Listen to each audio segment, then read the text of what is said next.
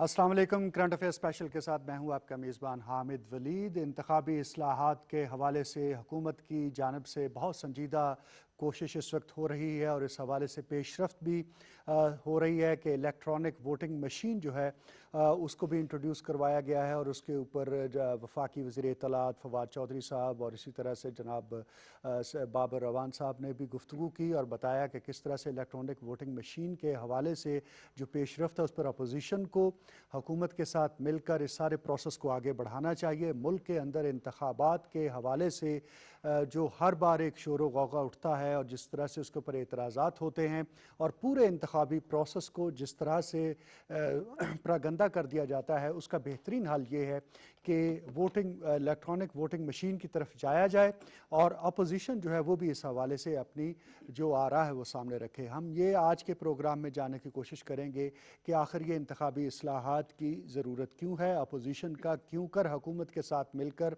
इस सारे प्रोसेस को आगे बढ़ाना ज़रूरी है और इलेक्ट्रॉनिक वोटिंग मशीन के होने से ये प्रोसेस कितना ट्रांसपेरेंट हो जाएगा।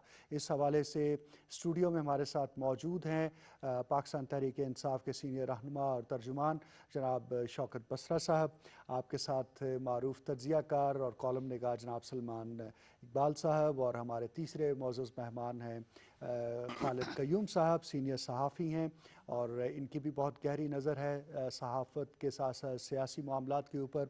और आज इनसे जानेंगे कि ये सारी जो सूरत हाल है इसको ये कैसे देख रहे हैं। शौकत बसरा साहब से आगाज़ करते हैं, इंतखाबी इस्लाहात क्यों ज़रूरी है? सबसे पहले तो मैं आपका शुक्रिया अदा इसलिए करता हूँ कि आपने बहुत ही इम्पॉर्टेंट टॉपिक का इंतखाब किया है, क्योंकि जाहिर है कि सियासत जब भी डिस्कस होती है या इलेक्शंस होते हैं तो हर इलेक्शन के एंड पे एक ही बात होती है, जो हार जाता है खा वो मैं हूँ खा कोई और है तो नहीं मैं हार गया, मैं धांधली होगी मेरे नाल। होता क्या है, अवाम ने वोट नहीं डाले होते हैं। जो जीत जाता है वो कहता है मैं इलेक्टेड हुआ हूँ, और जो हार जाता है कहते हैं जी सिलेक्शन हो रही है। और ये बदकिस्मती है कि आज 70 साल गुजर गए हैं, आपके साथ भारत हमारे साथ आज़ाद हुआ था, वहाँ भी इश्यूज हैं, मसाइल हैं, हमसे ज़्यादा भूख है, ज़्यादा प्रॉब्लम्स हैं, लेकिन कम से कम एक ज़रूर हो गया वहाँ पे कि जो इलेक्शन जीत कर आता है वो ये नहीं कहता जी मेरे साथ धांधली के। छोटे मोटे इश्यूज हर जगह पे होते हैं, वो जिनके खिलाफ होता है वो कोर्ट्स में चले जाते हैं, ट्राइब्यूनल्स बनते हैं। लेकिन यहाँ पर एक ये बदकिस्मती है कि सबसे पाकिस्तान बना है, एक इलेक्शन को जो हारने वाला उसने तस्लीम नहीं किया है। मैं आपको 2018 इस इलेक्ट्रॉनिक मशीन पे आने से पहले 2018 का इलेक्शन मैंने भी कॉन्टेस्ट किया। ओके, मैं हरुणाबाद बहावल नगर मेरा हल्का था, मुझे आज़ाद हैसी में 60,000 वहाँ से वोट मिला।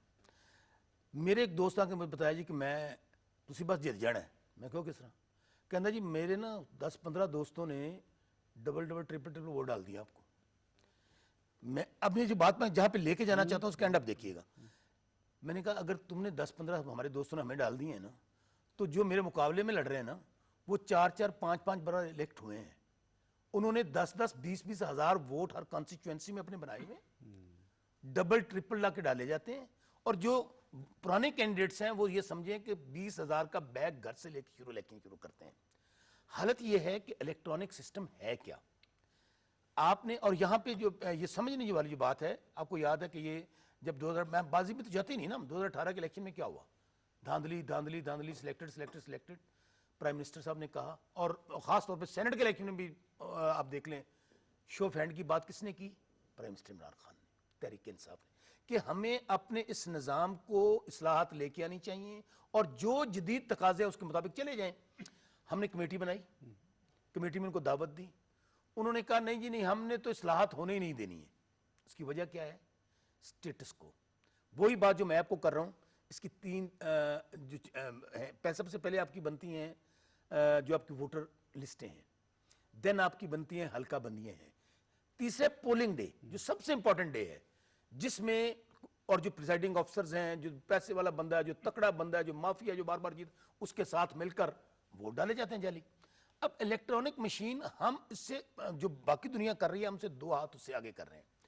एक तो आपका इलेक्ट्रॉनिक सिस्टम होगा जिसमें आपका थंब इंप्रेशन होगा जिससे वोट डालेंगे, दूसरा वही प्रिसाइडिंग जो है आपका बैलेट पेपर भी बाहर निकालेगा, आप अपने इलेक्ट्रॉनिक सिस्टम के जरिए भी डालेंगे वोट, बैलेट पेपर भी आप कास्ट करेंगे।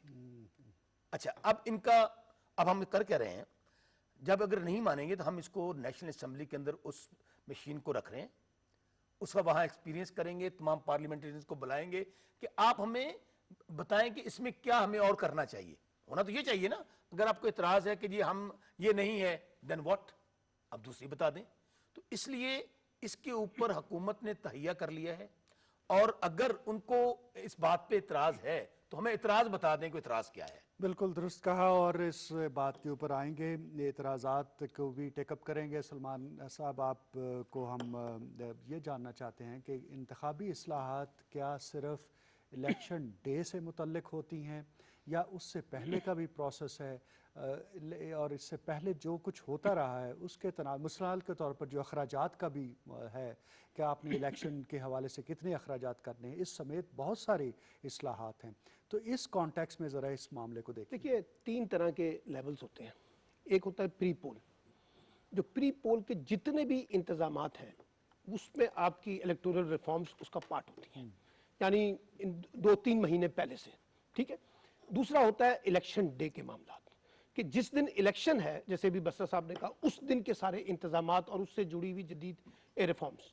और तीसरा है कि इलेक्शन के बाद जो ट्रांसफर होनी है पावर्स, ये उस कॉन्टेक्स्ट में है, क्योंकि हमारे यहाँ इसमें भी बड़ी बहस हुई है कि जी हमें इक़्तिदार की जो ट्रांसफर है वो ट्रांसपेरेंट तरीके से नहीं हुई। अच्छा, अब आप ये देखिए, जो इलेक्टोरल रिफॉर्म्स होती हैं ये चलती पर है, आप जितनी मर्जी इस्लाहात कर लें, अगर आप अपने पॉलिटिकल सिस्टम के अंदर रिफॉर्म्स नहीं करेंगे, अपने पॉलिटिकल पार्टीज एक्ट के अंदर रिफॉर्म्स नहीं करेंगे, अपने पॉलिटिकल कल्चर के अंदर रिफॉर्म नहीं करेंगे, तो कवानीन जितने मर्जी बना लें। एक बात। अब आप ये देखिए डिबेट क्या है। डिबेट ये है कि अब ये देखिए इलेक्ट्रॉनिक वोटिंग एक मसला है, ये पूरी रिफॉर्म्स नहीं है, इसके साथ और बेशुमार रिफॉर्म्स है, जैसे आपने कहा। अब मसला ये है कि आप सब कह रहे हैं, पाकिस्तान की जितनी पॉलिटिकल पार्टी हैं सब ये मानती हैं कि जो पुराना सिस्टम, जो इस वक्त एग्जिस्टिंग सिस्टम है, ये ट्रांसपेरेंट नहीं है, पहले कहते हैं लोग, और सब रोना रोते हैं उसका। अच्छा, अब इसका मुतबादल क्या है? या तो वो सिस्टम पुराना वाला ठीक है, उसमें कोई खराबियां तो वो दुरुस्त कर लें, और अगर आपने नया सिस्टम लाना है तो उसके ऊपर बैठ के बात कर लें। मैं यहाँ क्रेडिट दूंगा फवाद चौधरी साहब को खास तौर पे। देखिए, बात यह है कि फवाद चौधरी साहब ने जिस तरह से इसको इनिशिएट किया है, ये बहुत इंपॉर्टेंट बात है, और कोई चीज मुसन्नत नहीं कर रहे। जब वो वजीर साइंस एंड टेक्नोलॉजी, जी वजीर साइंस एंड टेक्नोलॉजी थे, और अभी भी वो कोई चीज मुसन्नत नहीं कर रहे, जैसे बसरा साहब ने कहा, वो कह रहे हैं कि हम इसको डिबेट के अंदर लेके चलना चाहते हैं, और अगर आपको लगता है कि ये सिस्टम ठीक नहीं है तो आइए इसको एक और तरीके से ले आइए। अच्छा, एक बड़ी मजेदार बात जो पीएमएलएन के दोस्त कर रहे हैं, देखिए रिफॉर्म्स कहां होती हैं? रिफॉर्म्स होती हैं पार्लियामेंट के अंदर। अगर एहसन इकबाल साहब ये कहते हैं कि जी ये काम इलेक्शन कमीशन का है, इलेक्शन कमीशन को किसने मैंडेट दिया है? मैंडेट तो लोगों ने हुकूमत को दिया ना, अपोजिशन को दिया ना, इस पार्टी इसने रिफॉर्म्स करनी है, ये फिर जाके इलेक्शन कमीशन जो है उसके साथ आगे जाके जोड़ेंगे ना। तो बुनियादी काम जो पार्लियामेंट का है, अगर आप उसको इग्नोर करके ये मामला इलेक्शन कमीशन पे डाल देंगे तो आप पार्लियामेंट को अंडरमाइन कर रहे हैं। इसलिए ये काम पार्लियामेंट के अंदर होना चाहिए, और ये तमाम जमातों को बैठ के इसके ऊपर अपने चीजों को लेके आना चाहिए, क्योंकि आपकी डेमोक्रेसी और आपकी पॉलिटिक्स उस सूरत में ट्रांसपेरेंट होगी जब आप अपनी इलेक्टोरल रिफॉर्म्स के अंदर ट्रांसपेरेंट। दुरुस्त कहा सलमान आबिद साहब ने, जो पॉइंट रेज किया है उसी से जो सवाल निकलता है खालिद कयूम साहब, कि पॉलिटिकल कंसेंसस कितना ज़रूरी है रिफॉर्म्स के लिए? तमाम पॉलिटिकल पार्टीज़ का एक पेज पर होना ज़रूरी है, या हुकूमत चाहे तो अपोजिशन को बुलडोज करके भी रिफॉर्म्स कर सकती है? देखिए, एक तो ये सलमान आबिद साहब ने जो कहा बिल्कुल दुरुस्त उन्होंने कहा, और मैं उसको इंडोर्स करता हूँ कि ये जो इलेक्ट्रॉनिक वोटिंग मशीन का मामला है और ये इलेक्शन में शफाफियत के लिए ये निज़ाम लाया जा रहा है, और लोगों की बड़ी ये ख्वाहिश है कि इलेक्शन में शफाफियत होनी चाहिए, लेकिन ये जो इलेक्शन की खराबियां हैं उनमें से एक छोटी सी जो एक छोटी सी खराबी है, और असल तो जो है खराबियों का आगाज जो होता है इलेक्शन के मामले में, अब वो होता है मर्दमशुमारी से। और मर्दमशुमारी के सूरत हाल ये है कि 4 साल पहले मर्दमशुमारी हुई और उसके सरकारी नतायज जो हैं वो 4 साल बाद आ रहे हैं। और उसके बाद जो दूसरी बड़ी खराबी आती है कि मर्दमशुमारी की बुनियाद पर जो हल्का बंदियाँ होती हैं, अब वो भी बड़ी नानसाफ़ी की बुनियाद पर होती हैं, और जो जैरी मैंडरिंग की जाती है हल्का बंदियों के अंदर, अब वो भी, उससे भी सारा जो निज़ाम है इलेक्शन का उसको बड़ा हमेशा नुकसान पहुंचता है, क्योंकि जो असर रसूख रखने वाले उम्मीदवार होते हैं वो अपनी मर्जी की हल्काबंदियां करते हैं।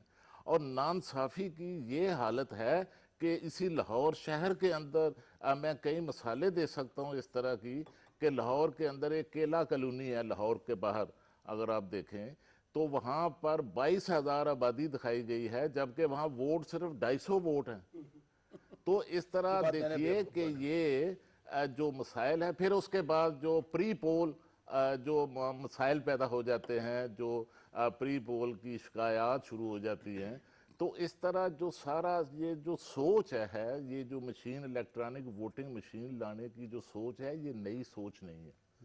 एक तो मैं बताना चाहूँगा ये बहुत पुरानी सोच है, और ये इसका जो पाकिस्तान के अंदर पहली बार इसका जो आगाज़ हुआ था, इस पर जो बुनियाद रखी गई थी, वो परवेज़ मुशर्रफ के दौर में जब 2000 और 2001 में जब बल्दियाती इलेक्शन हो रहे तो पहली दफ़ा नादरा को इसमें इन्वॉल्व किया गया था, और जो वोटर लिस्टें थी वो उसका टास्क जो है वो नादरा को दिया गया।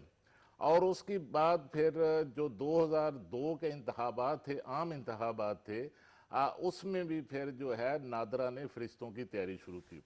और दूसरा, उससे पहले ये कोई पीटीआई की हुकूमत पहली दफ़ा इस मामले को लेकर नहीं चल रही, बल्कि इसके जो ट्रायल हैं अब वो तो 2011 में पीपल्स पार्टी का जब दौरे हुकूमत था तो गुजरांवाला के अंदर एक ज़िमनी इलेक्शन हुआ था। जी बिल्कुल। और उस इलेक्शन में पहली बार जो है इस हवाले से ट्रायल किए गए इस वोटिंग मशीन के, इलेक्ट्रॉनिक वोटिंग मशीन के, और उसके बाद नून लीग के दौर में किए गए। और ये तसलसल के साथ जो ज़िमनी इंतखाबात थे वहाँ पर इलेक्ट्रॉनिक वोटिंग मशीन्स का इस्तेमाल किया गया। तो क्या नताइज थे उन ट्रायल के? देखिए जो जो नताइज थे उस वक्त उस पर कुछ इलेक्शन कमीशन के भी बाद में तहफ़्फ़ुज़ात सामने आए, लेकिन ये तहफ़्फ़ुज़ात जो हैं दूर किए जा सकते हैं, इनका हल निकाला जा सकता है। और दूसरा मैं आपको बताऊं कि ये जो रिफॉर्म्स, इलेक्शन रिफॉर्म्स पीटीआई की हुकूमत लेकर आ रही है, इससे पहले नून लीग की हुकूमत भी लेकर आई थी। 2017 में असाक डार की सरबराही में जो कमेटी थी उसमें पीटीआई के जो अरकान असेंबली थे वो भी उस कमेटी का, शफकत महमूद और शीरी पार्लिमानी कमेटी में शामिल थे। जी।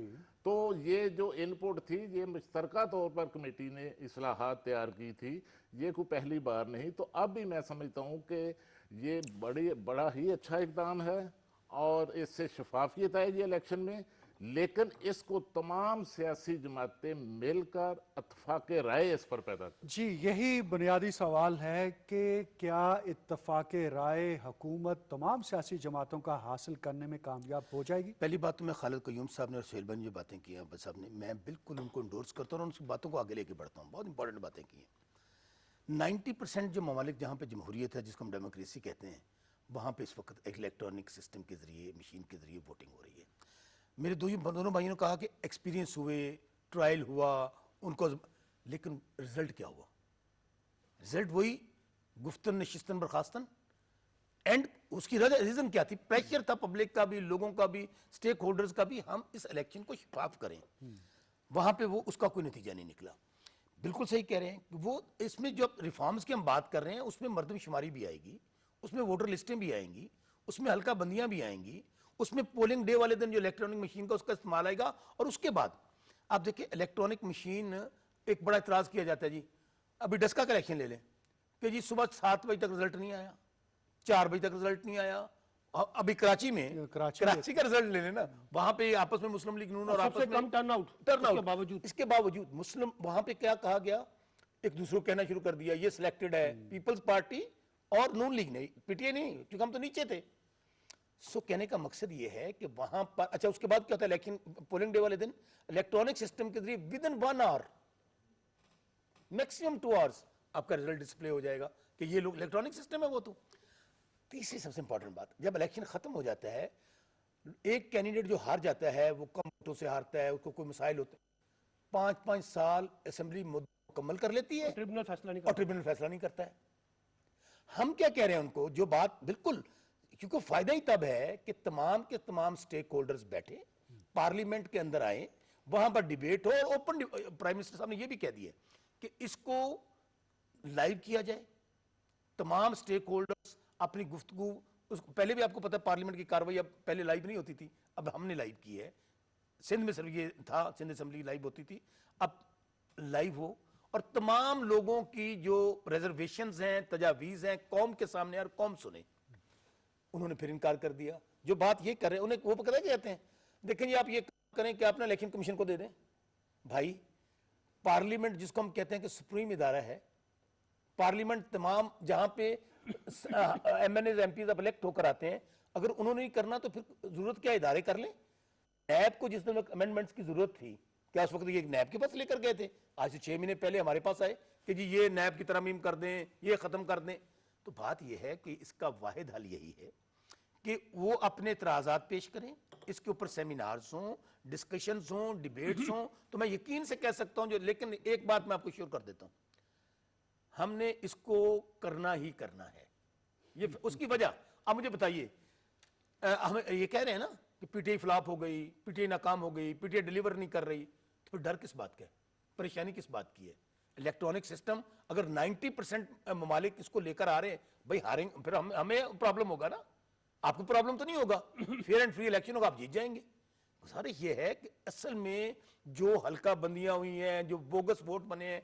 एक इंपॉर्टेंट आखिरी पॉइंट मुझे पता आप जाना चाहते हैं, अब ओवरसीज हैं, मेहनत मुशक्कत करके जर्रे मुबादला पाकिस्तान में भेजते हैं, हमसे ज्यादा पाकिस्तानी, उनको अंदाजा है कि क्या पाकिस्तान की कदर है। हमने क्या कहा उनको, आए उनको वोट का हक दें, वो उनका वोट का हक नहीं देना चाहते हैं। सो उसके लिए सारी तजावीज हैं, और मुझे यकीन है कि इतना प्रेशर बिल्टअप होगा, अवाम का भी, पार्लियामेंटेरियंस का भी, मीडिया का भी, सारे रोल प्ले करें जैसे आप प्ले कर रहे हैं पीटीवी वाले। सलमान आबिद साहब, आपने पहले राउंड में जो बात की थी कि पॉलिटिकल कल्चर को, अप्रोच को तब्दील करने की ज़रूरत है, तब रिफॉर्म्स की तरफ बढ़ा जा सकता है। सवाल मेरा आपसे ये है कि ये जो सारी इस वक्त डिबेट है और ये जो सारा प्रोसेस है, इसकी ओनरशिप किसके पास है? देखिए, बुनियादी तौर पे तो ऑनरशिप जो है ना वो गवर्नमेंट ही लेती है, उसी को इनिशिएट करना होता है। अपोजिशन को साथ मिला के, जैसे भी आपने सवाल उठाया, फिर सिविल सोसाइटी को साथ मिला के, मीडिया को मिला के, इंटेलेक्चुअल्स को मिला के, तमाम स्टेक होल्डर को इंगेज करके आप आगे बढ़ते हैं ना। देखिए, अब हमारी हालत ये होगी कि हम अपना बिल जो है ना वो डिजिटल तरीके से जमा कराते हैं, और पूरी दुनिया जो है ना इस वक्त डिजिटलाइजेशन की तरफ जा रही है। तो अगर हम अपने इलेक्शन को भी डिजिटलाइज करेंगे तो कोई कबाहत नहीं है। सवाल ये है कि कैसे करेंगे, इस पे बहस है ना, इसको ठीक कर लें। एक बात अभी खालिद कयूम साहब ने कहा था कि वो जो पार्लिमानी कमेटी बनी थी 35 रुकनी धरने के बाद, एक और चीज भी हुई थी, आपको पता है कि अदालती कमीशन बना था। उस अदालती कमीशन ने 42 पॉइंट्स आइडेंटिफाई किए थे कि ये इंतखाबी बेजाब्तगियां हैं जो इलेक्शन कमीशन के जरिए होती हैं, और इलेक्शन कमीशन को पाबंद किया गया था कि आप इन 42 बेजाब्तगियों को दुरुस्त करें ताकि 2018 का इलेक्शन ट्रांसपेरेंट तरीके से हो। लेकिन सवाल वही था कि बिल्ली के गले में घंटी कौन बांधे।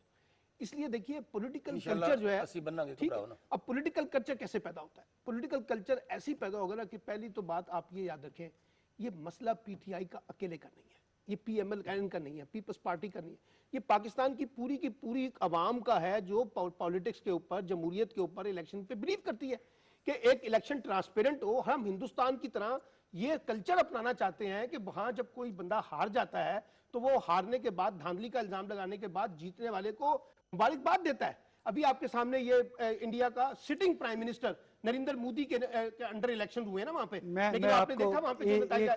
एक ऐड करना चाहता हूं बात कि जो साबिक सेक्रेटरी इलेक्शन कमीशन कमर दिलशाद साहब हैं, उनका भी व्यू पॉइंट आपके सामने है कि वो कहते हैं हमने वहाँ विजिट किया, रिपोर्ट भी भरपूर बनाई, और उसके ऊपर भी कंसर्न्स हैं उनके कि वो इलेक्शन सिस्टम जो वहाँ पर इलेक्ट्रॉनिक वोटिंग का है वो फॉल्टी है। देखिए, बात ये है, अगर मैं थोड़ी देर के लिए, कमर दिलशाद साहब मेरे बहुत प्यारे दोस्त हैं, मैं मान लेता हूँ वो फॉल्टी है। जिसके ऊपर आप इलेक्शन करा रहे हैं वो तो आप कह रहे हैं मुकम्मल फॉल्टी है, एग्जैक्टली, और आप उसकी धांधली कर रहे हैं। तो अब एक मसला ये है कि आप इंसिस्ट क्या कर रहे हैं, यानी उस सिस्टम के ऊपर जिसके ऊपर किसी का इत्मीनान नहीं रहा। अच्छा, अब अगर आप आ जाए डिजिटल कॉन्टेक्स्ट में, अगर वो फॉल्टी है तो उसको दुरुस्त करें ना, उसको ठीक कर लें, उसमें रिफॉर्म्स लेके आए। अब मसला ये है कि अगर हम ये कह रहे हैं फॉल्टी है तो इसका मतलब हम दुनिया के तमाम इलेक्ट्रॉनिक सिस्टम को जिसके जरिए इलेक्शंस होते हैं उसको फ्रॉड कह रहे हैं। ये ठीक नहीं है रवैया। देखिए, अगर उसमें खराबियां तो उसको दुरुस्त करें, और जैसे मैंने पहले कहा कि इसको तमाम लोगों के साथ ऑन बोर्ड लें, और अगर पॉलिटिकल लोग ऑन बोर्ड नहीं भी हो रहे ना, उनकी अपनी सियासत है, वो एक सियासत करते हैं हमेशा, हर जगह पे चलती है। पीटीआई कल अपोजिशन में थी, वो भी ये काम करेगी। यहाँ जो बाकी स्टेक होल्डर है, मीडिया, उसको तो इत्मीनान में लेना, ताकि उनका तो कॉन्फिडेंस बिल्ड हो कि ये मशीन जो है ये बाकी फायदेमंद नजर आएगी। आप इंटेलेक्चुअल्स को बुलाएं, एकेडमिक इंस्टीट्यूशंस को लीड करवाएं। आप इलेक्शन कमीशन, अब इलेक्शन कमीशन कह देता है हमारी उसके ऊपर रिजर्वेशन है, मान लेते हैं 2 मिनट के लिए। वो भाई जो सिस्टम पहले से चल रहा है उसके ऊपर भी तो रिजर्वेशन है ना, उसको फिर दुरुस्त कर लें। कैसे करेंगे उसके ऊपर दुरुस्त? इसलिए मैं ये समझता हूं कि इस पर पॉलिटिक्स नहीं होनी चाहिए, हमें अपने पूरे मजमूई पॉलिटिकल कल्चर को रिविजिट करना चाहिए। और मैं फिर एक बात बता रहा हूं कि इलेक्टोरल रिफॉर्म्स बुनियादी की कुंजी होती है जमहूरियत की कामयाबी की, अदरवाइज के बगैर खालिद कयूम साहब, हमने ये देखा है कि पाकिस्तान पीपल्स पार्टी की तरफ से उस किस्म का सख्त रवैया इख्तियार नहीं किया जा रहा जिस किस्म का PMLN की जानिब से हम देख रहे हैं। तो ऐसा लगता है कि अपोजिशन के अंदर भी एक डिवाइड मौजूद है और सेनर एलिमेंट जो पॉलिटिकल पार्टीज़ के अंदर है वो इस हक में है कि ये डिबेट हो और इलेक्ट्रॉनिक वोटिंग मशीन आए। तो अपोजिशन का जो एक हिस्सा है वो इसके ऊपर राज़ी नहीं, और उसका मौक़िफ़ ये है कि असल इशू मुदाखलत है इंतखाबी प्रोसेस में और इंतखाबी अमल में। इस पर कुछ कहिए। अच्छा देखिए, एक तो ये बात दुरुस्त है कि इस मामले में सियासत हो रही है और इसमें कोई शक नहीं।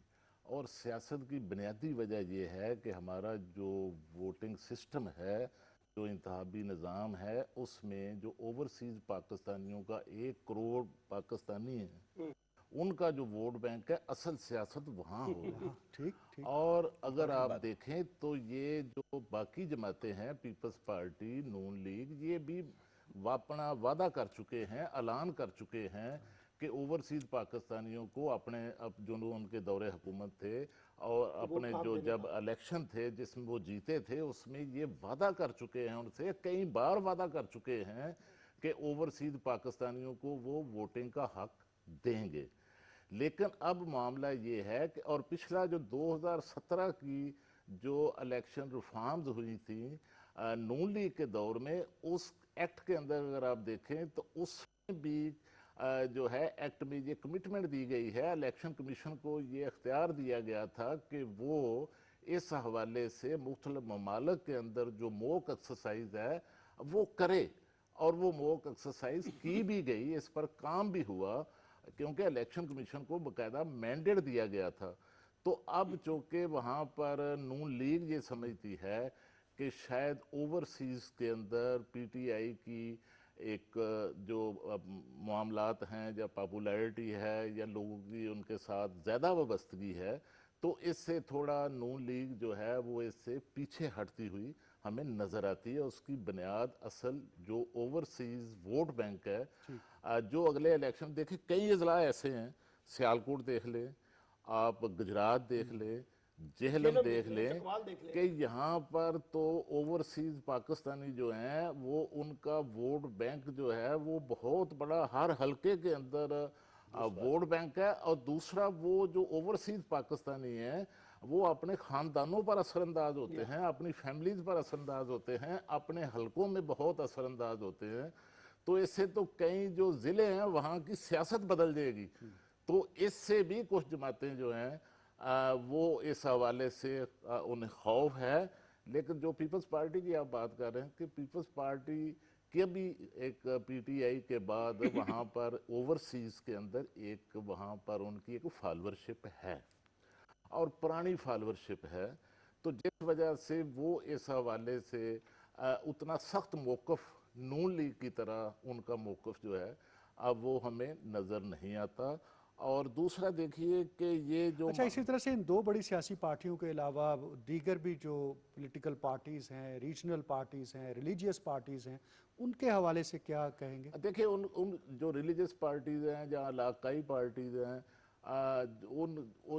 या सूबाई सतह की जो पार्टीज़ हैं, उनका तो ओवरसीज़ के अंदर कोई बहुत बड़ी उस तरह की फॉलोअरशिप नहीं है।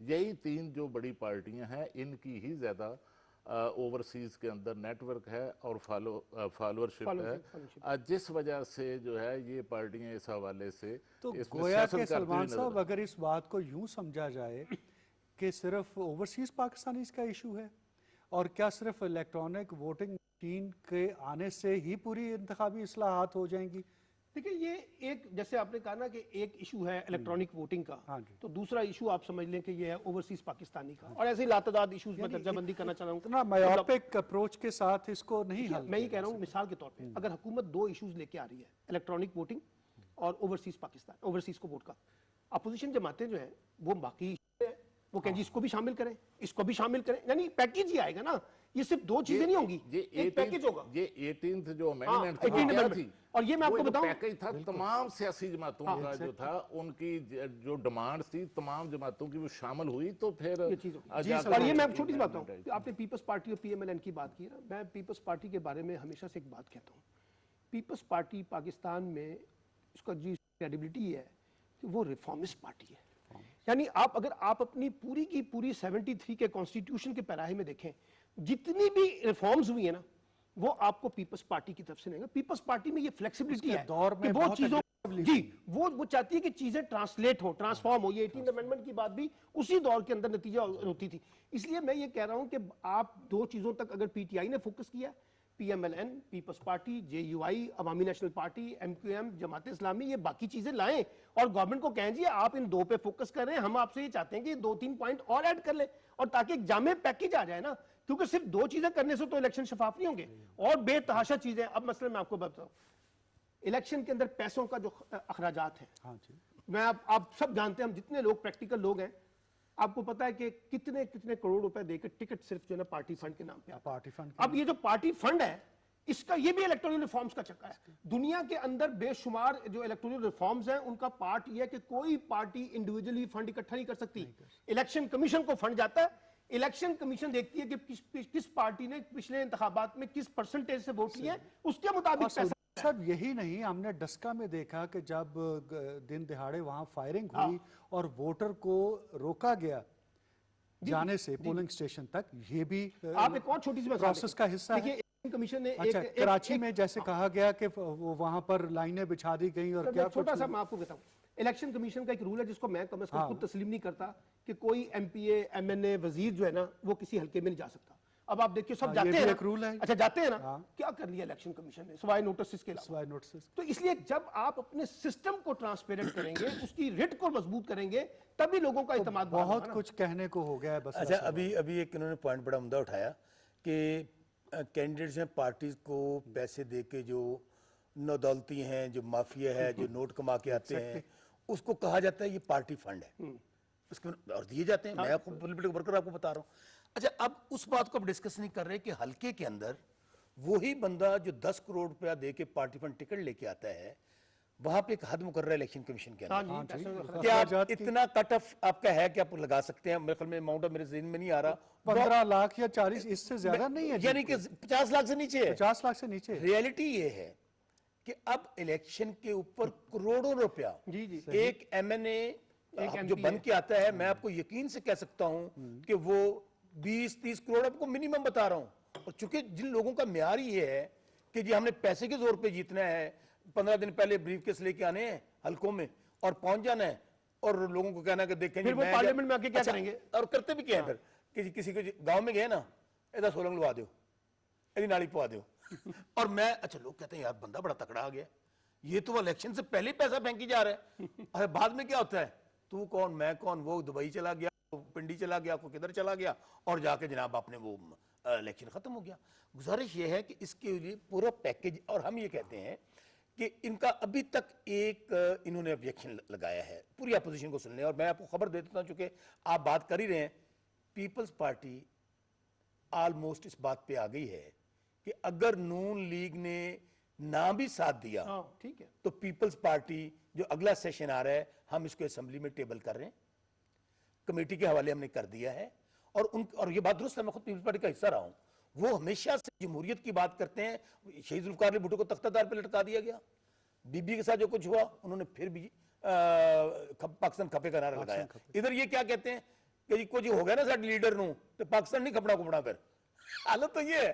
अच्छा, मैं पॉलिटिकल बात आ गई ना, गुजारिश ये है कि ये अंडरटेकिंग आ चुकी है उनकी तरफ से। मैं आपको, आप पीपल्स पार्टी के दोस्तों से पूछ लीजिएगा कि हम तैयार हैं उसके लिए ओपन डिबेट हो। मैं आज भी कहता हूं कि इनका एक ऑब्जेक्शन आया है, क्या आया है, इलेक्शन कमीशन को करने दें, ओ भाई फिर किस मुंह से आप अपना, याद है कुछ जब सो मोटो लिया जाता था, उन्होंने कहा जी हमारी दाढ़ी जो है वो पकड़ लेते हैं ये जजेस सामान, सो मोटो लिए जा रहे हैं, हम किस काम के लिए हैं, पार्लियामेंट का काम है कानून साजी करना, आपका काम तो कानून साजी करना। भाई अगर पार्लियामेंट का काम कानून साजी करना है तो आप किस तरह कह रहे हैं कि नैब इदारा है वो रिफॉर्म्स ले आए, आप इलेक्शन कमीशन रिफॉर्म्स ले आए। बात सिर्फ इतनी है, वो इस सिस्टम को चेंज नहीं होने देना चाहते किसी सूरत पे भी। ओवरसीज का बहुत, it is one of the factor and that the major factor, Khalid Qayyum sahab ने बात कही है, it is one of the factor. बाकी भी बहुत सारे इश्यूज हैं जो जब, और इसी पर थोड़ा सा अगर मैं सलमान साहब की तरफ जाऊं कि हर बार सुनते हैं इलेक्शन चोरी हो गया, इलेक्शन चोरी हो गया, और जब इस हवाले से जुडिशल कमीशन बनता है और ऑर्गेनाइज्ड रिगिंग हुई है या नहीं हुई तो नतीजा निकलता है कि नहीं हुई। ये सब क्या है सर? सर देखिए ना, बात ये है कि जब आपके अंदर इलेक्शन मैनूवरिंग जो है वो एक पार्ट बन जाए, उसमें इंस्टीट्यूशंस इंगेज हो जाएं, उसमें पॉलिटिकल पार्टीज इंगेज हो जाएं। अब देखिए ना, ट्रांसपेरेंट इलेक्शन कराना सिर्फ इलेक्शन कमीशन की जिम्मेदारी नहीं है, ट्रांसपेरेंट इलेक्शन कराना बसरा साहब पॉलिटिकल पार्टीज की भी जिम्मेदारी है, ट्रांसपेरेंट इलेक्शन कराना एक वोटर की भी जिम्मेदारी है, हर फरीक की जिम्मेदारी है कि वो ट्रांसपेरेंसी के उस प्रोसेस का पार्ट बने। अब हमारे यहाँ क्या होता है, आप जो कल्चर की बात बार मैं वही मैं कह रहा हूँ ना, अब मैं वो कह रहा हूँ, अब हमारे यहाँ ये होता है कि हम एक बंदा पकड़ते हैं, सारा मलबा उस पर डाल देते हैं। मिसाल के तौर पे यहाँ पे एक सवाल उठता है बार बार कि जी एस्टैब्लिशमेंट की मुदाखलत, मानता हूं चलिए एस्टैब्लिशमेंट की मुदाखलत है, उसको रोकना किसने है? आपके पॉलिटिकल सिस्टम ने। जितना आपका पॉलिटिकल सिस्टम मजबूत होगा, जितनी आपकी इंटरनल डेमोक्रेटिक वैल्यूज स्ट्रांग होंगी, जितना आपकी स्टेट रिट कायम होगी, जितने आपके इलेक्शन कमीशन के रूल्स मजबूत होंगे, उसी से आप उस मुदाखलत को रोक तो सकेंगे यही ना। रुकिए, क्या ये इस प्रोसेस में जो इस वक्त जारी है हुकूमत की तरफ से, ये मुदाखलत रोकने का एहतमाम करने की कोई काविश है? देखिए, अभी हुकूमत ने दो बुनियादों पे जो बात बुझाई है उसको इनिशिएट किया है। मैं यही कह रहा हूं कि अब इस वक्त है कि अपोजिशन बाकी पॉइंट्स को ऐड करे और लेके आए कि जाके वो जो बात अभी इन्होंने भी की, मैंने भी की, कि पैकेज के तौर पर रिफॉर्म्स हो, नुक्तों के अंदर एक एक पार्ट में जो है ना वो चीजें ना हो। यहीं पर एक और सवाल है सलमान साहब कि क्या ये प्रोसेस, जैसे आपने कहा कि ओनरशिप तो गवर्नमेंट के पास होती, क्या कोई ऐसी बॉडी बन सकती है जो इंडिपेंडेंट हो, जिसमें इंटेलेक्चुअल्स भी हों, बाकी स्टेक होल्डर्स भी हों, कि वो उसमें ये शायबा ना जाए कि किसी एक पार्टी का ये सारा प्रोसेस? पहली बात ये है कि मैंने पहले बताया कि पाकिस्तान में इलेक्टोरल रिफॉर्म्स पे बहुत काम हो चुका है। डॉक्टर वसीम साहब, आपको पता है लम्स यूनिवर्सिटी आ रहे हैं, उनकी भी रिपोर्ट मौजूद है और बहुत से लोगों की चीजें मौजूद है। अब सिर्फ एक पार्लिमानी कमेटी जो है वो रिव्यू कर ले उन तमाम चीजों के ऊपर जो चीजें मौजूद है और उसके अंदर उन तमाम जदीद के पास जाना है। एक फिक्रा जी सर, पार्लियामेंट कमेटी जो है ना ब्रदर, पार्लियामेंट कमेटी का मतलब यह है कि हाउस के अंदर जितनी जमातें बैठी हैं, जितने आजाद बैठे हैं, सबकी नुमाइंदगी है। अब पार्लियामेंट के अंदर तो पूरे पाकिस्तान की नुमाइंदगी है। मैं वही बसर साहब कह रहा हूं कि आप इलेक्टेड रिप्रेजेंटेटिव की नुमाइंदगी, मैं गुजारिश करता हूं उसके ऊपर क्या है कि आप फर्ज करें पार्लियामेंट में आप कहते हैं हम नहीं देना चाहते, आ जाएं आप मीडिया के अंदर प्रेस कॉन्फ्रेंस करें, उसके ऊपर डिबेट शुरू करवा दें कि ये हमारी सजेशंस हैं जी। देखिए, यहाँ बात हो रही थी कि पीपल्स पार्टी का जो किरदार है उसके हवाले से, और सलमान साहब ने जिस तरह कहा कि पीपल्स पार्टी ने हमेशा रिफॉर्म्स की हैं, और मैं समझता हूँ बसरा साहब एक जुमला और आगे क्या गए हैं कि अब तो वो फर्दर भी, मैं आपको खबर दे रहा हूँ, मैं उसी तरफ तो मैं सोच रहा था बसरा साहब को ही जवाब देना चाह रहा हूँ कि इसमें कोई शक नहीं कि देखिए कि जो भी पार्लियामेंट के अंदर कानून साजी या आइन में तरामीम इत्तफाक़ राय से होंगी, फिर उनको 73 के आइन की तरह फिर जो है वो माना जाएगा। और अगर पीपल्स पार्टी हुकूमत की जो इस्लाहात हैं उन पर आमादा हो जाती है, और जिस तरह बसरा साहब फरमा रहे हैं कि पीपल्स पार्टी की तरफ से इशारे आ रहे हैं, पीपल्स पार्टी यकीनन इसमें हिस्सा ले सकती है, लेकिन मैं समझता हूँ कि पीपल्स पार्टी हुकूमत पर फिर दबाव भी डालेगी कि आप दीगर अपोजिशन जमातों को भी ऑन बोर्ड लेकर आए। तो लिहाजा जब तक तमाम अपोजिशन जमातें जो हैं वो ऑन बोर्ड नहीं होती, तो इस तरह की जो इस्लाहात हैं उस वक्त तक कारआमद साबित नहीं हो सकती, और इंतहाबी इस्लाहात जो हैं, रिफॉर्म्स हैं, उन पर जो कंसेंसस लेजिस्लेशन है उसी से ही मामला निज़ाम जो है वो आगे चल सकता है। तो इसमें ज्यादा जो जिम्मेदारी है वो हुकूमत को अदा करनी है। मैं सिर्फ इसी पॉइंट के ऊपर, फवाद चौधरी साहब और बाबर रवान साहब जो इस सारे प्रोसेस को लीड कर रहे हैं, उनकी जिम्मेदारी बनती है कि पार्लियामेंट में जाने से पहले वो मीडिया के सामने, सिविल सोसाइटी के सामने, और लीगल कम्युनिटीज के सामने और जो इलेक्टोरल एक्सपर्ट्स हैं उनके सामने इस बिल को पेश करें और डिबेट को जरा थोड़े दिन के लिए ओपन कर दें और लोगों को देखें कि लोग उसके ऊपर अपनी क्या राय दे रहे हैं, फिर उसको लेके पार्लियामानी कमेटी में जाएं तो ज्यादा बेहतर तरीके से माजी का बात सुनी जा चुकी है। मैं इसका मिसाल माजी में देखिए बहुत बड़ा वाकया हुआ कि जब मोहतरमा बेनजीर भुट्टो पाकिस्तान आई तो नवाज शरीफ साहब ने की पार्टी ने उस वक्त भी एक अलायंस था, एक इत्तेहाद था जिसमें हमारे जो वजीर आजम हैं इनकी जमात भी शामिल थी, पीटीआई भी शामिल थी। तो उस जमात ने, उस अलायंस ने बाइकाट किया हुआ था जी इलेक्शन का। तो बेनजीर भुट्टो ने नवाज शरीफ को पाकिस्तान आने के बाद वो बाइकाट खत्म करने पर कायल किया। तो सियासत के अंदर ये इनिशिएटिव लेना पड़ते हैं। तो इसी तरह का इनिशिएटिव जो है वो इस वक्त की जो हुकूमत है उसको लेना चाहिए, क्योंकि क्रेडिट यहाँ इस हुकूमत का होगा। बदकिस्मती ये है, जितनी देर तक मैं ना जीता ना उन्नी देर तक धांधली है। जीत जाऊं तो इलेक्शन शफाफ है। और ये यानी कि आप उठाकर देख लें, तारीख को उठाकर देख लें, जहां जहां से 2018 के इलेक्शन में जीती है वहां पर अपोजिशन सिंध में बन गई हुकूमत उनकी, वहां धांधली नहीं हुई। जहां पे ये लोग जीते हैं वहां बिल्कुल धांधली नहीं हुई है। जहां हार गए हैं वहां पे धांधली हुई है। ये मैं कहता हूं, बाकी छोड़ दें, कराची का इलेक्शन आई ओपनर है कि सब लोगों ने क्या कहा, वही पार्टियां जो पहले दिन हमें सिलेक्टेड कह रही थी उन्हें कहा पीपल्स पार्टी सिलेक्टेड है। बात यह है कि जीत जाएं तो एस्टेब्लिशमेंट भी अच्छी है। ये पॉइंट एक फिक्र, जीत जाएं तो एस्टेब्लिशमेंट भी अच्छी है, अदालतें भी अच्छी हैं, निजाम भी अच्छा है, इलेक्शन भी फेयर एंड फ्री है। हार जाएं तो बस फिर ये हर कोई चीज भी चंगी नहीं। तुम्हारी जुल्फ में पहुंची तो हुस्न कहलाने वाला मामला है। बट द पॉइंट है सर कि ये हमने देखा आरटीएस सिस्टम के हवाले से भी कि वो एकदम से बैठ गया।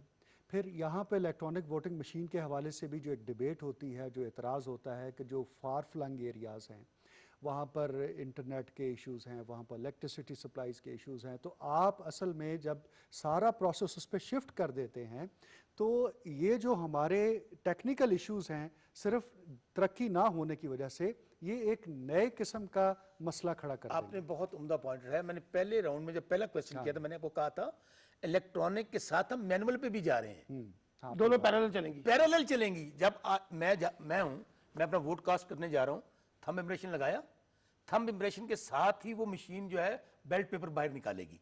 उस बेल्ट पेपर पे भी मैं निशान लगाकर उसके तो इससे ये मसला हल हो जाएगा। Simple is this.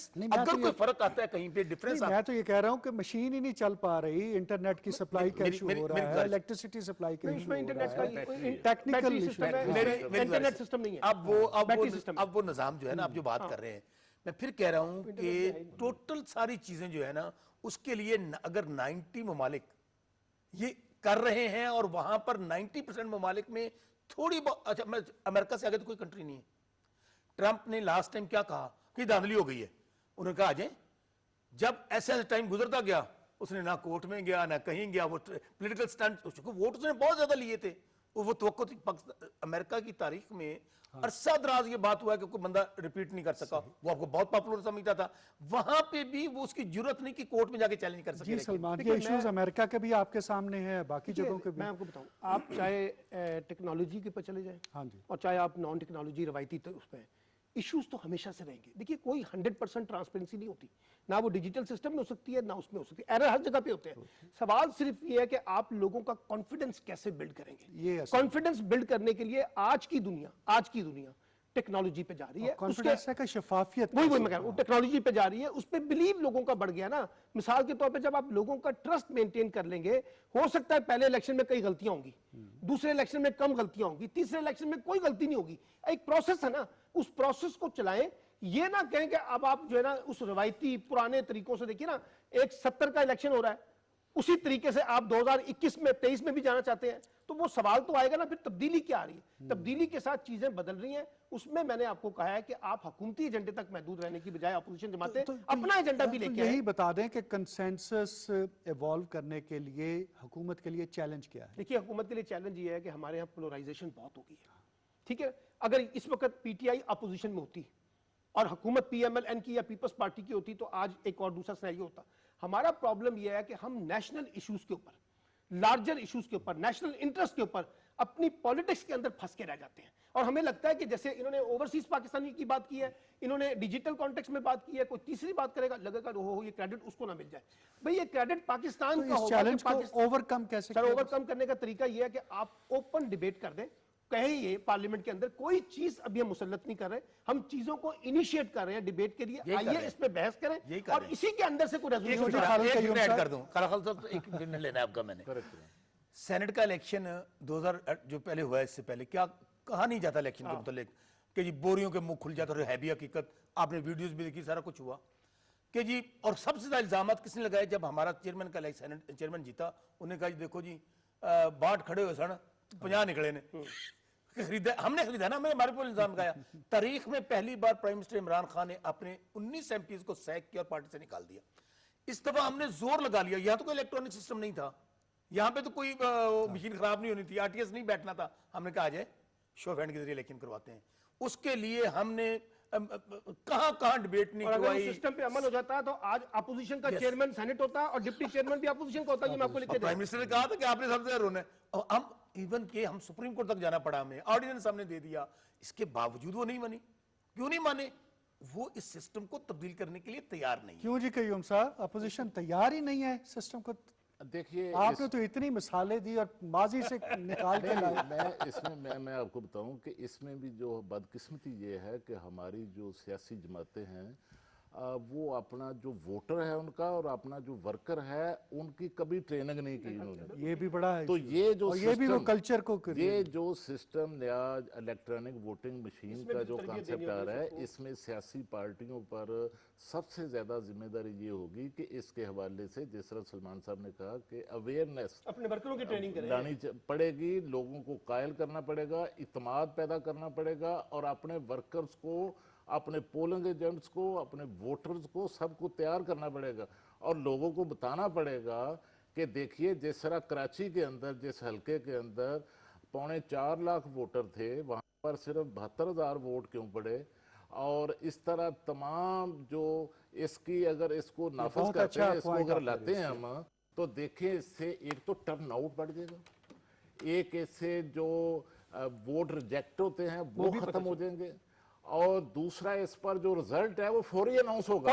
सर आप देखें कि पिछले 4-5 बरस से लाहौर हाई कोर्ट के अंदर कितनी बड़ी बार है, वहां पर इलेक्ट्रॉनिक वोटिंग मशीन के जरिए वोटिंग हो रही है। आप जानते हैं लाहौर बार के अंदर हो रही है। आप देखिए कि 20 मिनट के अंदर जो रिजल्ट है वो अनाउंस हो जाता है। भंगड़ा रात ये नहीं हो सकता फिर रात को यहाँ पर हमारे जो सिस्टम है उसमें रात को जो है वो रहता है, सुबह जो रिजल्ट है वो कुछ और आ रहा होता है। तो अच्छा, इसमें एक चीज मैं सलमान साहब से पता कर लूं कि इसके अखराजात के हवाले से भी बात हो रही है कि मशीनों के ऊपर जो अखराजात उठने हैं उसके हवाले से कुछ उस पर। सर देखिए, कोई भी चीज जब आप लाएंगे ना, एक्सपेंसेस तो होंगे, वो जो रवायती तरीका है ना उस पर भी अखराजात होते हैं ज्यादा, उसमें आप उसमें जितना आप उसमें ह्यूमन रिसोर्स लगाते हैं ना उसको लगाएं और उसके साथ मशीन को लगाएं। यानी एक काम को 10 लोग कर रहे हैं, मशीन को एक बंदा ऑपरेट कर रहा है। आप देखिए ये अखराजात वाली जो बात है ना, ये सब जगह पे बहस होगी। आप रवायती तरीकों में भी जाएंगे तो वहां पे भी होगा। तो सर कंक्लूडिंग रिमार्क्स ये हैं कि पिछले दिनों जो बात सलमान आबद साहब ने कही और खालिद क़य्यूम साहब ने कही कि इसको, चूंकि एक प्रेस कॉन्फ्रेंस की थी आपको याद होगा फवाद चौधरी साहब ने और डॉक्टर बाबर अवान साहब ने, और उसके अंदर वो मसौदा हमने सहाफ़ियों को टेबल किया है। हम आइंदा आने वाले दिनों में पार्लियामेंट में लेकर जाएंगे, मीडिया में लेकर जाएंगे, सेमिनार्स करवाएंगे। जो बात आप कह रहे हैं वो बहुत इंपॉर्टेंट, हम तमाम जो स्टेक होल्डर्स हैं, जो इंटेलिजेंस है इस कंट्री का, उसके सामने रखेंगे। ये हम लेके आना चाहते हैं। सलमान, आपके कंक्लूडिंग? सर मेरा कंक्लूडिंग ये है कि देखिए रिफॉर्म्स जो है ना, आप बाय हुक एंड बाय कुक नहीं हो सकती। एक अच्छी रिफॉर्म्स वही होगी जिसमें तमाम एक स्टेक होल्डर्स इंगेज हों। यही हुकूमत की आखिरी कोशिश होनी चाहिए कि ये एक इत्तफाक राय से हो जाए ताकि पाकिस्तान का एक नेशनल इंटरेस्ट और इलेक्टोरियल क्रेडिबिलिटी जो है वो पूरी दुनिया में एस्टैब्लिश हो सके। और अगर इत्तफाक राय नहीं होता तो फिर जब आप दूसरे तरीके से लेके आएंगे तो उसका नतीजा ये मिलेगा कि हमारी जो पॉलिटिकल पार्टीज का कल्चर है वो उसको डिसऑन कर देंगी, तो वो मुतराजा बन जाएगा। तो इसलिए चीजों को मुतराजा बनाने की बजाय मैं यहाँ पे ऐड करता हूं। देखिए मैं आपको ऐड करता हूं, जब इतना पब्लिक प्रेशर और मीडिया का प्रेशर और पार्लियामेंट का प्रेशर बढ़ेगा, मुझे यकीन है पहली बात तो मैं आज मेरी लिख लें कि वो आएंगे हमारे साथ। ठीक है, अच्छी बात है। अगर नहीं आएंगे, आप कह रहे हैं ना कि वो मानेंगे नहीं, मुझे बताइए हम क्या गलत करने जा रहे हैं?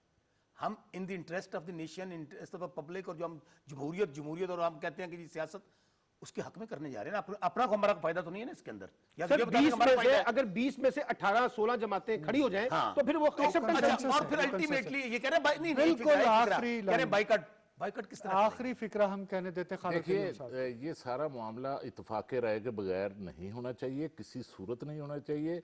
लेकिन इसके साथ साथ अगर आप नताइज चाहते हैं तो फिर इलेक्शन कमीशन ऑफ पाकिस्तान को भी बाख्तियार करने के लिए वो इस्लाहात भी करना इस्लाहात का पड़ेगा। पार्ट बने ना। बिल्कुल, और यही इस प्रोग्राम की सबसे अहम बात है आज की डिस्कशन की, कि जो इत्तफाक राय है वो पैदा होना चाहिए। 18वीं तरमीम के हवाले से हमने देखा था इत्तफाक राय पैदा हुआ और उसके नतीजे में पेशरफ्त हुई थी। और अब ये जो इंतखाबी प्रोसेस है इसके हवाले से इस्लाहात का जो अमल है इस पर भी इत्तफाक राय ज़रूरी है।